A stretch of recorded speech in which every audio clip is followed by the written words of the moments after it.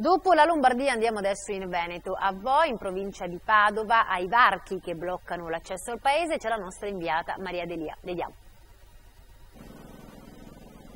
Sì, buonasera, ci troviamo proprio a uno di questi varchi. Poco fa abbiamo visto un ragazzo portare alcune pizze, le hanno prese in carico i militari e le hanno consegnate a una cliente. Si vive così finora qui. Come dicevate, fino al prossimo 9 marzo le università e le scuole in Veneto resteranno chiuse, domani le celebrazioni religiose saranno per lo più sospese, i frati della confraternita della Basilica di Sant'Antonio da Padova terranno la funzione e la trasmetteranno via streaming sul web. Sono in tutto 196 al momento i contagiati in Veneto, 58 sono ricoverati, 12 in terapia intensiva e ci sono anche 7 dimessi. C'è infatti anche una buona notizia, cioè l'intera cittadinanza di Vo, oltre 3.000 persone sono state sottoposte tutte a tampone, quindi lo screening qui si è concluso, 2.488 persone test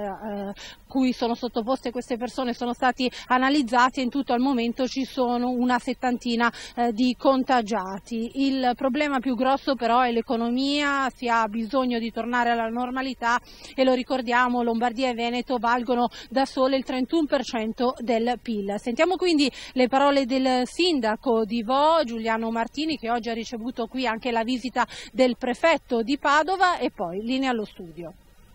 Terminato questa fase di screening è importante, più di 3.000 persone a cui è stato fatto il tampone, attendiamo i risultati finali, al momento ci sono 70 che risultano 70 positivi, attendiamo appunto gli ultimi dati.